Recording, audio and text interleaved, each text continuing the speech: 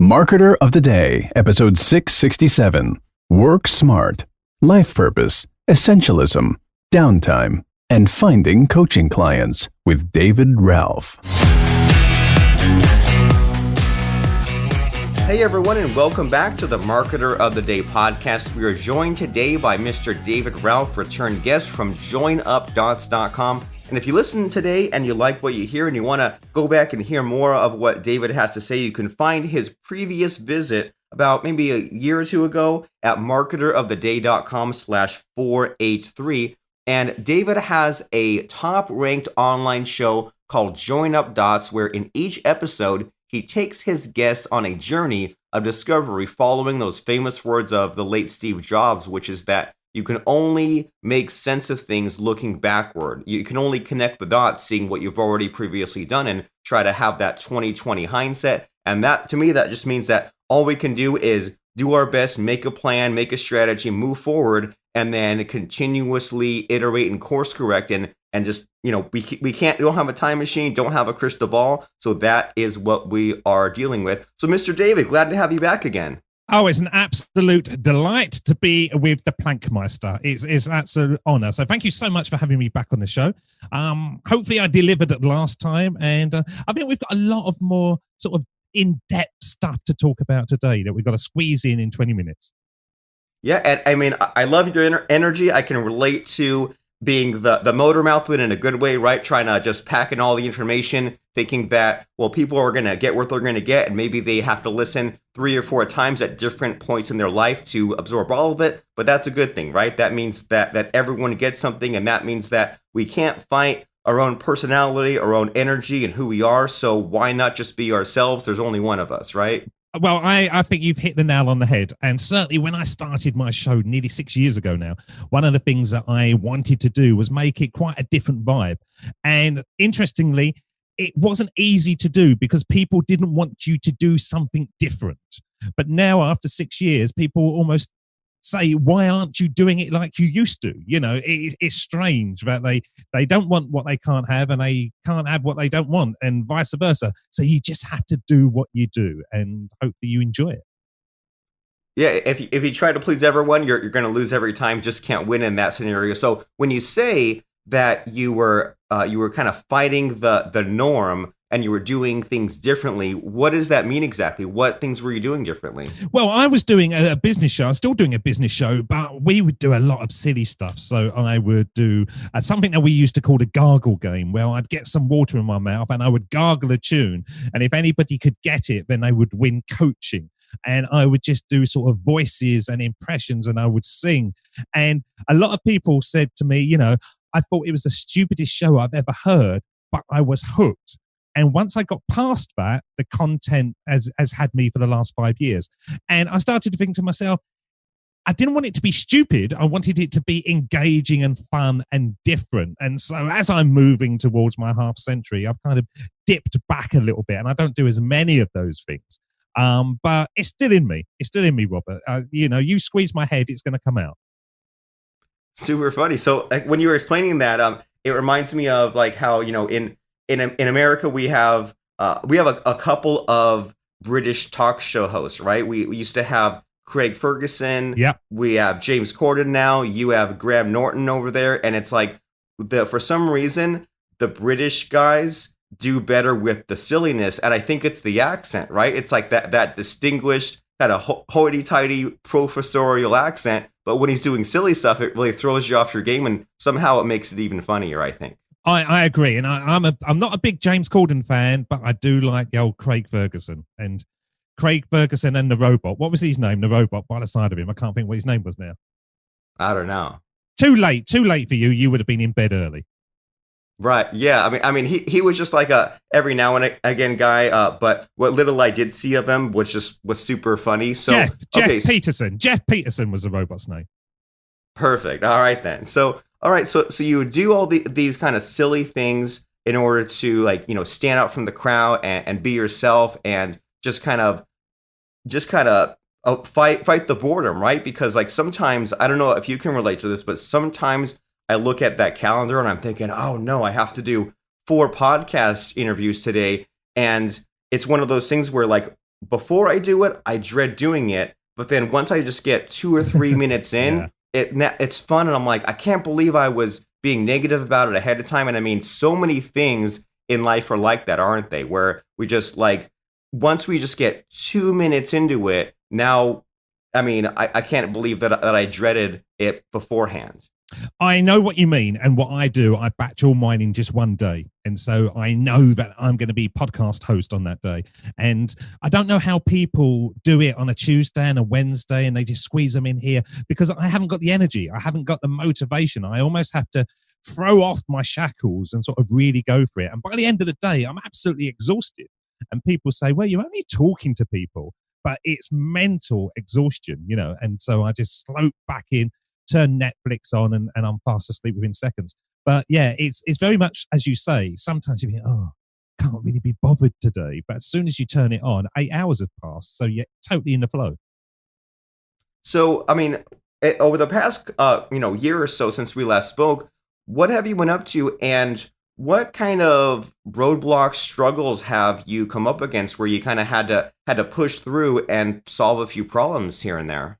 Well, I had burnout. I had real life-threatening burnout, and I don't know if you know much about burnout, because I didn't. People talk about it, and it's a word, but I got into it, and then I had like double burnout. I got to the point where I was 6 weeks from a stroke or a heart attack, and my body started giving up due to the fact of just overwork. I basically felt like I could take on a mountain of work, but now I look at it, these guys that were doing the same had teams, and I was just doing it all myself. And so from that point, when I had to retract and reclaim my spirit and reclaim my health, I have found a new way of operating. And I've always been very good at keeping people at arm's length.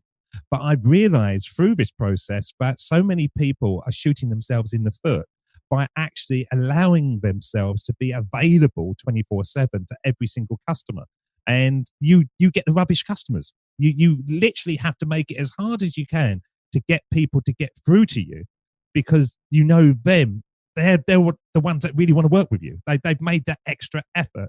And so I put in a load of systems to make people jump hoops to get through to me. And if they do, then, you know, it's just a walk in the park. It's really great, Robert. Super awesome. And so you're making me think of a couple of things. And I mean, you're so right that we all see these other entrepreneurs, marketers, podcast hosts, whoever, and we just assume it's just them.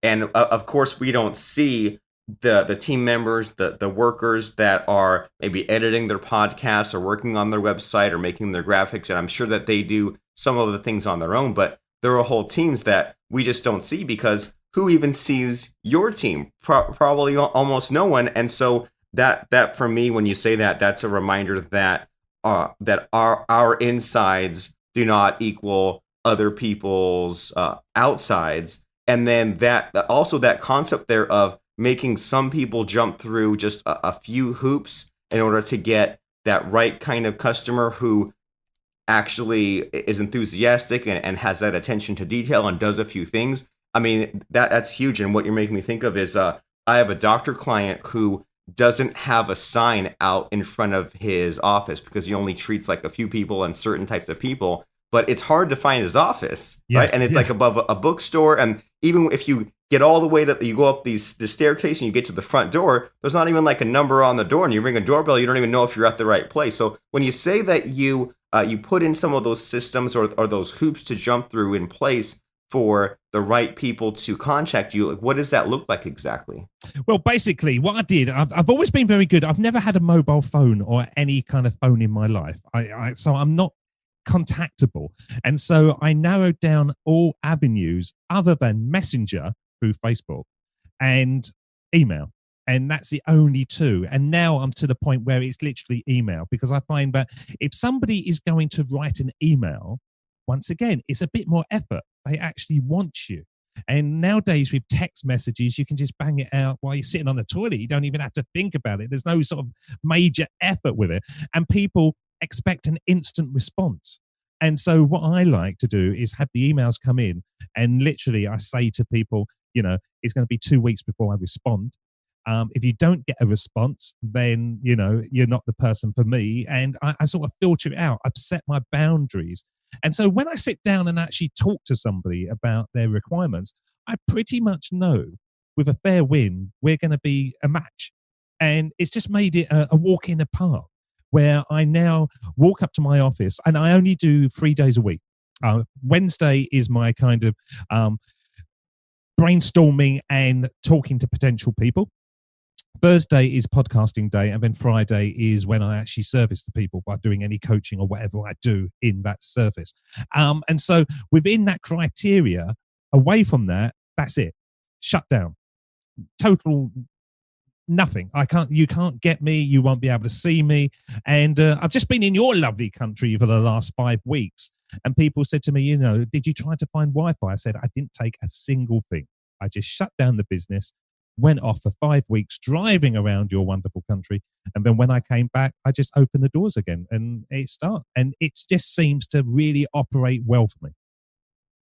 And so when you mentioned that, you remind me of like how Dan Kennedy would communicate just by fax machine, right? It would be if you wanted, if you were in his paid monthly program, if you wanted to send him a message, you'd have to send a fax. And then I think it might even take a week or two for his secretary to bring them over, because the fax wouldn't go to him. It'd go to like his secretary's office. So his secretary would print out a bunch of papers and bring the manila envelope over to him. And he'd take out his Sharpie and just write a few replies. And then the secretary 2 weeks later would fax you back your original fax with some Sharpies drawn on top. And that's a pretty like a rock and roll star baller way of going about it, right? You set your own boundaries. But what I like a lot about the way that you put that is, it's not like you're not working other times, right? It's like you're open for business, or you're able to be communicated with during that window. But you said that there were like podcasting days and like client days and specific days where you're still organized, you're still putting in your effort and your time, but you're deliberate about it, right? You don't let anyone interrupt you and mess with your flow. And even like when you came here and took a vacation, you were completely powered down. That way you could recharge. I mean, am I on the right track with some of these assumptions? You're totally on the right tracks. And what I've realized is that ability to disconnect brings the expansion of my business. I used to be in it 24/7, literally doing stuff. And I look back on it, and a lot of it was quite rubbish. It was just, there was too many plates being spun at one time. And now, when I go off for 5 weeks, I had these ideas and I think, wow, I haven't ever thought about that. And then I let them sort of digest over weeks and weeks and weeks. And I know literally that when I come back, I know what I'm going to be doing, and my business expands. It really does. But people don't have that. People just seem to me to be, having Facebook open, having this open on their screens, having that open, and there's all these distractions. And you see people. I was driving along this morning, and there was a woman behind me texting as she was driving. And I was thinking, can't you wait? It can't be that important. Why can't you just savor the drive? And so it's become my branding now. And if you go over to the Join Up Dots website, there's a picture of me laying back and sort of all relaxed. And I actually say, I can build you a dream business where you don't have to break a sweat. And that is the key thing. And I've realized, Robert, over the last about a year and a half, really, that people don't want money. I thought they did. I thought people wanted a lot of cash, but people actually want just enough to pay their bills, but no hassles. And the hassles are the big part of the picture. And so, yes, you could create your own business, and then you're sitting in front of your computer screen 24/7. And when your kids have got a school play, you can't go to it because you've got clients to deal with and all that. Actually, people don't want that. People want a nice, calm life, a nice, pleasant life, just enough to make things comfortable for them, but with minimum effort and stress. And so through my burnout and through everything and retracting, that's how my branding came. For years, I was doing something and I didn't have anything really strong to hook on it. It was just a kind of platform. But now it makes sense through every single page that there's a better way of doing it. And I'm the poster boy for that. It may not work for you, but certainly it's worth thinking about. Right. And you can at least show people the path that you've taken, and they can choose to absorb 80 or 90% of it. They can take what they like and leave the rest if they don't want to. And I mean, you're so right. I mean, it's even from a copywriting perspective that people don't want the money. They want what the money gives them. Yeah. And I think, when we talk about things like burnout or self-sabotage or whatever, there's always that fear of biting off more than we can chew, right? We say, well, I want to sell all these products, but I'm worried about customers. I'm worried about refunds. I want to have all these clients, but I'm worried about biting off more than I can chew, or having these obligations, or now I have this extra money, but I don't have the freedom, because now in a way I'm like, and I have like 8 bosses now, right? If I have 8 clients. So, and I'm sure you've come across this, but I've noticed this too, that sometimes we don't even like realize why we're blocked, right? Like we have all these fears about money or about things that might go wrong, and we procrastinate, or we stop on that project and we switch gears and we pick up on something else, and we don't even know that we're doing it to ourselves, because we have like these hidden fears that we're even afraid to look at. And one thing that I'm curious about is when you say that you were driving for 5 weeks and not with no smartphone, because if you text and drive, there's a likelihood you could kill yourself or kill someone else or get badly hurt. So who does that? But during these 5 weeks, you said you had some really big aha moments. So is there anything that you're okay with sharing? Because I mean, yeah, I've taken some vacations, but I don't think I've ever taken a 5 week. So I can only imagine what kind of crazy, huge ideas you had in that time. Yeah, a lot of it was based around the less is more. Let's strip back. So one of the things I did when I came back to my recording studio, my office where I operate, is it's quite minimal anyway. But I went through all my computer desktop and cleared off stuff. And it was all the kind of stuff that you thought, oh, I'll keep that just in case I need it. And I started to look at it and think, I haven't actually looked at that for 2 years now. I'm going to delete it. And that gave me clarity. And so I cleared off all the files and all the images and all the half-done work that I thought was going to be needed. And through that process, I could clearly see the 4 or 5 things that made sense to me and my branding. And once you get that branding, that's when everything comes together. And I think that it's so important to understand branding, but I think it's so difficult as well, because you almost have to live it. That's when it becomes powerful. That's when people see what you're doing and how you operate, and it makes sense to them. And once something makes sense, marketing is quite easy, because they've already understood it. You're not trying to convince them. You're already finding your audience. So I have people all the time just coming through to me, just because of the way I operate. I don't really do any marketing. I don't do email marketing. All the things that people say you should do, I literally just podcast and people come through to me. Now, I know I'm going on a bit here, but there was 2 books that I read that I thought were game changers. One was Company of One by a guy called Paul Jarvis. And this was basically about how small is the new big in business, where everybody's looking for 1 billion downloads on their podcasts. Everybody's looking for 1,000 tweets a second. And this guy said, look, how much do you need to actually live? Work out that as your figure and then go, well, that's job done. I don't actually need to have more and more and more. So when I read that book, I thought, yeah, that's a different way of looking at it. You can have too many dinners. You only need 1 dinner a day. You don't need anything else. And then there's a book called Essentialism by Jeff McEwen, I think his name is. And with that, it was about looking at your life and deciding what was most important for you. And I realized it wasn't my business. It wasn't clients.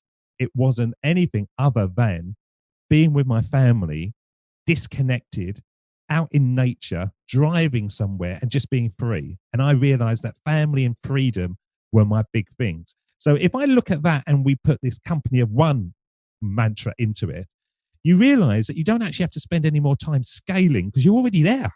You've already got it. So what's the point in doing anything more? And so since then, I spend all my time literally out and about in the sunshine, just, experiencing weather. And for 4 years, I didn't do that. I was just in an office wallying around with PDFs and sales funnels thinking that was the way to go. But I look back on it and I think I was already there. I was already there. I didn't need anything more. Does that make sense, Robert? It does. And as you explain that, it makes me wonder, like, it seems like we need to go off track a little bit in order to figure out what we don't want, right? Like there's that whole, like, essentialism and getting rid of what is unneeded. But it seems like we need to have like that phase first of making the mistakes, right? And of having too much. And it reminds me of like how, like, sometimes you have to date a lot of the wrong girls to find what you do like, or you have to take a lot of stupid classes in school you don't like in order to try the wrong things out in order to find what you do like. So, and that's just kind of what's coming to mind here, as far as like this journey you've been on to figure out the goals that you want, which is, freedom and being in nature and having that family time, and realizing that there's only so much money that you need. Like, it seems like if people are almost there but not quite, if they're obsessed with the PDFs and the sales funnels, it seems like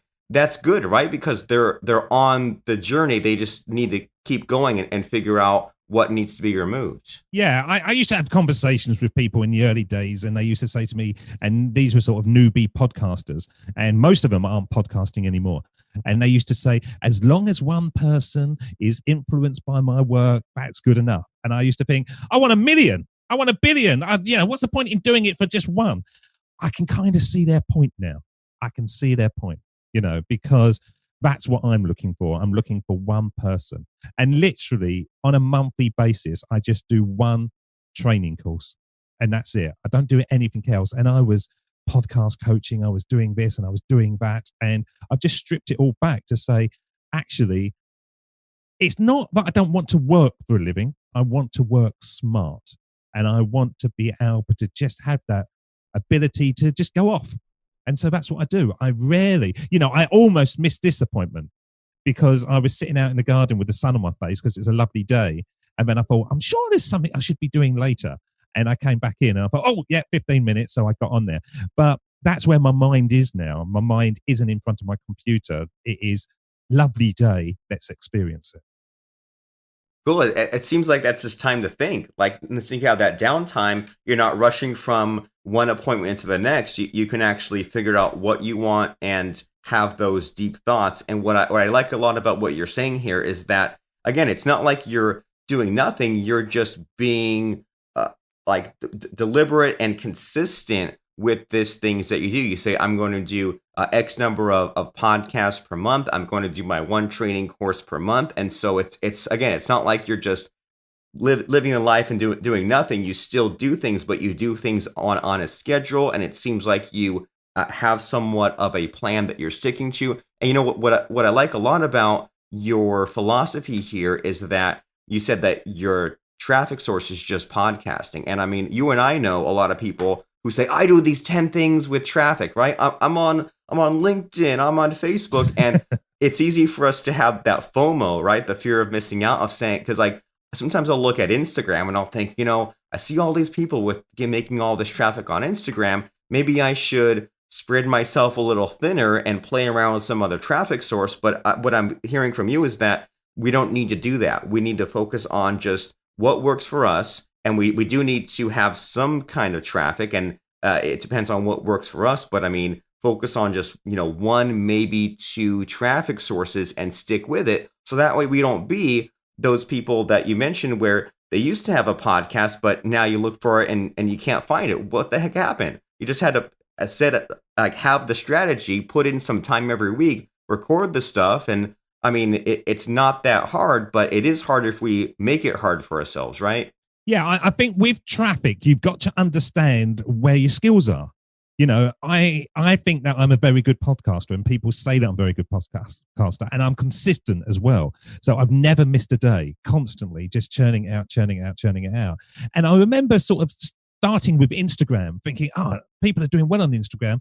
I didn't understand it. I didn't know what I had to do on it. It just seemed that some people were posting a video of a dog with sunglasses and it was getting 1 million likes. But how did that affect their business? I didn't understand it. And I look back on a load of things because in the early days, I was very influenced by Pat Flynn from the Smart Passive Income. And he used to have this thing about be everywhere. And now I think that's wrong. I don't think you should be everywhere, because by being everywhere, you're nowhere. You should just be really, really good in one area. And that is your traffic. So yeah, I don't use Facebook. I don't use LinkedIn. I'm basically off of everything, except the podcast. And that podcast brings business to me. And that's it. I just focus in on that. It seems, as I'm saying it seems too easy. But it isn't easy. And I don't want any of the listeners to go out there and think, oh, that's all I have to do. You've got to find it. You've got to go through the journey, I think. And you've got to throw a lot of things at the wall to see actually what sticks. And funnily enough, the thing that stuck was the thing that I started first of all, my podcast. And also there's that aspect of taking some risks and making some of those hard decisions. And it might sometimes be painful to delete that half-finished Word document that's been sitting on the desktop for 6 years, but it's like cleaning out the clutter in the garage. If there's some stuff in the middle of that garage and you haven't even been to that place in the garage in 15 years, maybe you don't need it. Maybe you already you lived all these years already without it. And so yeah, it's in a lot of ways it's reassuring, right? Because if we have some of these traffic sources that are already working, that's making us some money, we don't have to learn a lot of new things. We might just have to drill down and double down on what we're doing and just be a little more consistent with these sorts of things. And yeah, so become obsessive, I would say. Become obsessive. Don't just think I'm going to be passable. Just try to be absolutely the best you possibly can. And I think that makes the difference. And certainly with podcasting, I'm really fascinated by the nuances of what makes a good podcast, why I listen to some of them and they make me feel good and others don't. It's all that kind of stuff. It's the analysis that makes a difference.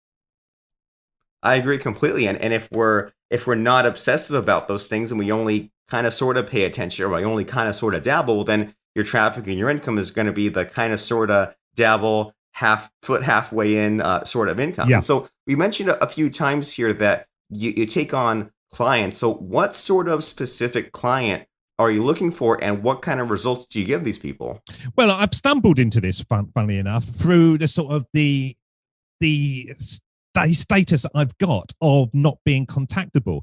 And so I used to start with people who wanted to create an online business.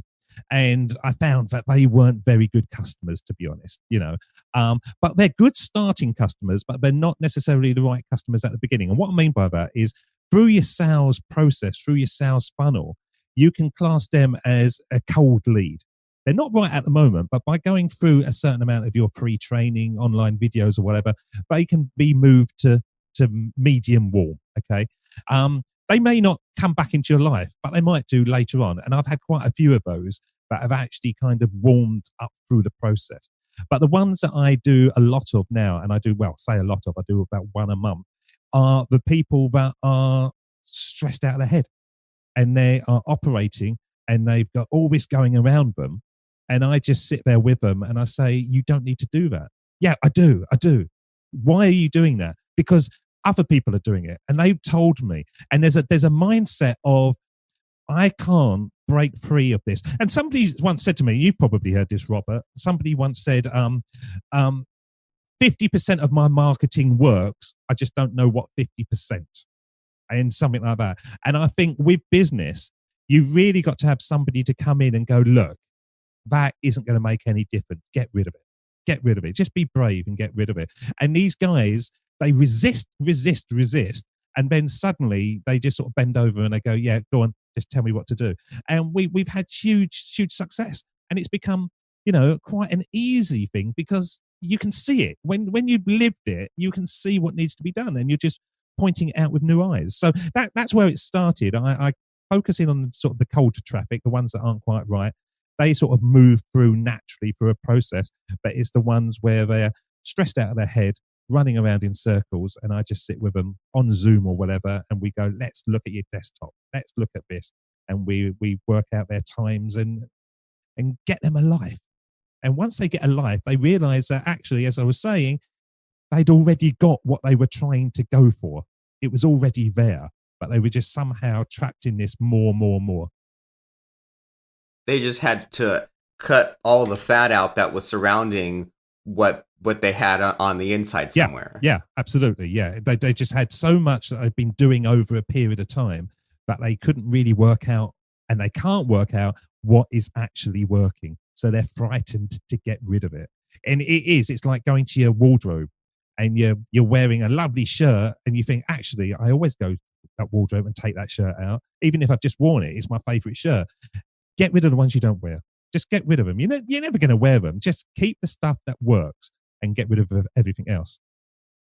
And that's one of those things where with the essentialism, where they say, like, if you take a shirt out of the closet and then you wash it and you put it back, put the hanger back the wrong way around. Yeah. And if you do that after a month, you'll see you only wear 5 to 7 shirts. But we don't realize that. We think we use everything in the closet. It's like, no, it's just a little tiny bit, and everything else is worn once every 5 years, but the rest are the daily wear, and it's counterintuitive, and you wouldn't think about that. But hearing about some of this stuff just reinforces for me just that whole idea of, well, we need to somehow have the messiness first. We have to get some sort of results, and then we cut away what's not working. And I think that sometimes you see that too, where people say, well, here's the ideal client I want, here's what I want, and then life never delivers that way. So sometimes we have to shoot from the hip, I guess, right? Ready, fire, aim, and then get a few things figured out, and then we can readjust from there and repeat the cycle.